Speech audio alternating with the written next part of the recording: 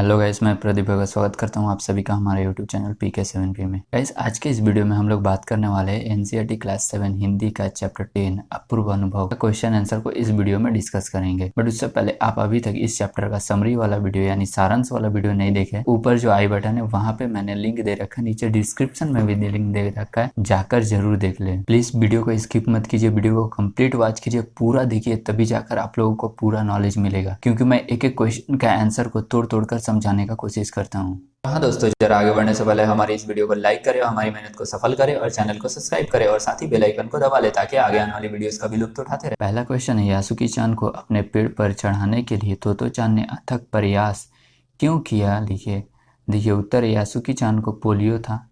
Polio एक बीमारी होता है जिसमें पैरालाइज करते हैं, जिससे हाथ पैर एकदम काम करना बंद कर देता है। इसीलिए वह न तो किसी पेड़ पर चढ़ पाता था और न किसी पेड़ को निजी संपत्ति मानता था। जबकि जापान के शहर तोमोए में हर एक बच्चे का निजी एक पेड़ होता था और पेड़ पर चढ़ना उन सभी का प्रिय शौक था। तोतो-चान जानती थी कि यासुकी-चान भी अन्य बच्चों की तरह पेड़ पर चढ़ना चाहता था, अतः उसकी इसी इच्छा को पूरी करने के लिए तोतो-चान ने यासुकी-चान को पेड़ पर चढ़ाने का अथक प्रयास किया। अगला क्वेश्चन है, दृढ़ निश्चय और अथक परिश्रम से सफलता पाने के बाद तोतो-चान और यासुकी-चान को अपूर्व अनुभव मिला। इन दोनों के अपूर्व अनुभव कुछ अलग अलग थे, दोनों में क्या अंतर है? लिखिए। अब देखिए, एक को जो पोलियो हुआ था, एक जो पहली बार पेड़ पर चढ़ा था और एक जो पहली बार दुनिया देख रहा था, और एक उसको चढ़ाने में इतना मदद किया था, उसको चढ़ाने में इतना हेल्प किया था और उसको चढ़ाने में पहली बार उसे सफलता मिला था। तो दोनों का जो खुशी था वो अलग था, एक को चढ़ने का खुशी था और दूसरे को चढ़ाने का खुशी था। तो आंसर में क्या लिखेंगे, आइए देखते हैं। तोतो-चान का अनुभव, तो तोतो-चान स्वयं तो रोज ही अपने निजी पेड़ पर चढ़ती थी और खुश होती थी, परंतु आज पोलियो से ग्रस्त अपने मित्र यासुकी-चान को पेड़ की द्विशाखा तक पहुंचाने से उसने प्रसन्नता के साथ साथ अपूर्व आत्मसंतुष्टि की भी प्राप्त हुई। यासुकी-चान का अनुभव, यासुकी-चान का पेड़ पर चढ़कर अत्यधिक प्रसन्नता हुई, उसके मन ऐसी इच्छा को पूरी हुई जो उसके लिए असंभव थी। उसने पेड़ पर चढ़कर पहली बार दुनिया को निहारा। नेक्स्ट है, पाठ में खोज कर लिखिए। कब सूरज का ताप यासुकी-चान और तोतो-चान पर पड़ रहा था? वे दोनों पसीने से तरबतर हो रहे थे। कब बादल का एक टुकड़ा उन्हें छाया देकर कड़कती धूप से बचाने लगा था? आपके अनुसार इस प्रकार परिस्थिति के बदलने का क्या कारण हो सकता है? देखिए, सूरज का ताप उन पर तब पड़ रहा था जब तोतो-चान और यासुकी-चान की एक तिपाही सीढ़ी के द्वारा पेड़ की दुई शाखा तक पहुंचने का प्रयास कर रहे थे। बादल का टुकड़ा बीच बीच में छाया करके उस समय उन्हें कड़कती धूप से बचा रहा था, जब तोतो-चान अपनी पूरी ताकत से यासुकी-चान को पेड़ पर ऊपर की ओर खींच रही थी। इस प्रकार परिस्थिति बदलने का कारण मेरे अनुसार दोनों मित्रों के प्रति प्रकृति के सहृदयता और कोमलता थी। प्रकृति भी चाहती थी कि दोनों बच्चे अपने अपने प्रयासों में सफल हो। नेक्स्ट अगला क्वेश्चन है, यासुकी-चान के लिए पेड़ पर चढ़ने का यह अंतिम मौका था। इस अधूरे वाक्य को पूरा कीजिए और लिखकर बताइए कि लेखिका ने ऐसा क्यों लिखा होगा।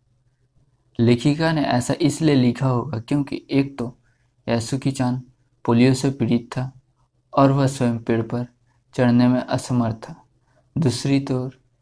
दूसरा, तोतो-चान बहुत जोखिम उठाकर अपने माता पिता को बिना बताए हुए उस पेड़ पर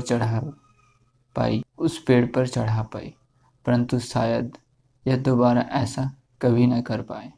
नेक्स्ट क्वेश्चन है, तोतो-चान ने अपनी योजना को बड़ों से इसलिए छिपा लिया, उसमें जोखिम था, यासुकी-चान के गिर जाने की संभावना थी, फिर भी उसके मन में यासुकी-चान को पेड़ पर चढ़ाने की इच्छा थी। ऐसे दृढ़ इच्छा, बुद्धि और कठोर परिश्रम के अवश्य पूरी हो जाता है। आप किस तरह की सफलताओं के लिए तीव्र इच्छा और बुद्धि का प्रयोग कर कठोर परिश्रम करना चाहते हैं? हम कुछ ऐसे कार्यों के लिए कठिन परिश्रम और बुद्धि का प्रयोग करेंगे जिसमें हम किसी के चेहरे पर मुस्कुराहट ला सके अथवा किसी के लिए असमर्थ कार्य संभव कर सके। नेक्स्ट क्वेश्चन है, अपनी माँ से झूठ बोलते समय तोतो-चान की नजरें क्यों झुकी थी? कहीं उसका झूठ पकड़ा न जाए। इसलिए अपनी माँ से झूठ बोलते समय तो चांद की नजरें झुकी थी। नेक्स्ट क्वेश्चन है, यासुकी चांद जैसी शारीरिक चुनौतियों से गुजरने वाले व्यक्तियों के लिए उतरने चढ़ने की सुविधाएं हर जगह नहीं होती, लेकिन कुछ जगहों पर ऐसी सुविधाएं देखी जाती है या उन सुविधा वाले जगहों पर सूची बनाइए। निजी और सरकारी अस्पतालों, गड्ढों, रेलवे स्टेशन, विमान तलों, शॉपिंग मॉलों व मेट्रो रेल जैसे स्थानों में शारीरिक चुनौतियां से गुजरने वाले व्यक्तित्व के लिए चढ़ उतार होता रहता है। चुनौतियों से गुजरने वाले व्यक्तियों के लिए उतरने चढ़ने के लिए विशेष रैंप और लिफ्ट की सुविधाएं दी जाए। बात है भाषा की बात, यानी हिंदी व्याकरण। पहला क्वेश्चन है, द्विशाखा शब्द द्विशाखा से बना है। द्वि का अर्थ होता है दो और शाखा का अर्थ होता है डाल। द्विशाखा पेड़ के तने का वह भाग द्विशाखा पेड़ के तने का वह भाग है जहाँ से दो मोटी मोटी डालियां एक साथ निकलती है। द्वि की भांति आप त्रि से बनने वाले शब्द त्रिकोण जानते होंगे। त्रि का अर्थ होता है तीन। इस प्रकार 4, 5, 6, 7, 8, 9 और 10 संख्यावाची संस्कृत शब्द में अक्सर आते हैं।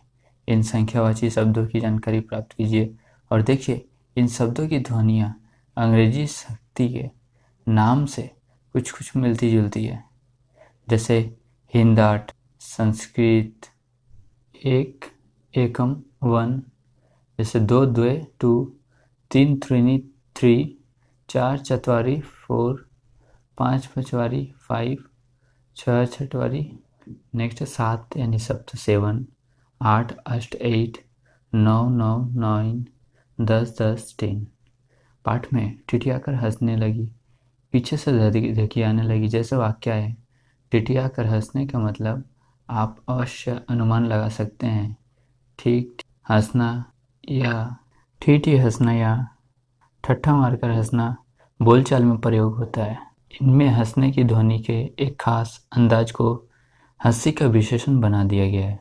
साथ ही ठिठियाना और धकियाना शब्द आना प्रत्यय से मिलना शब्द भी बन जाता है। आना प्रत्येक से बनने वाले भिखारी ले लेना, जैसे शर्माना, रोजगार दिखाना, घबराना। वीडियो को अंत तक देखने के लिए आप सबका बहुत बहुत धन्यवाद। अगर आप लोगों को यह चैप्टर से रिलेटेड कोई भी क्वेश्चन रह गया, कोई भी डाउट रह गया, तो आप हमें कमेंट करके बता सकते हैं। आई होप आप लोगों को यह चैप्टर अच्छे से समझ में आ गया होगा। फिर भी अगर आपका कोई क्वेश्चन है, कोई डाउट है, तो आप हमें नीचे कमेंट में कमेंट करके पूछ सकते हैं। मैं प्रदीप भगत मिलता हूँ आप लोगों से एक नए वीडियो में एक नए टॉपिक के साथ। तब तक ले जय हिंद, धन्यवाद।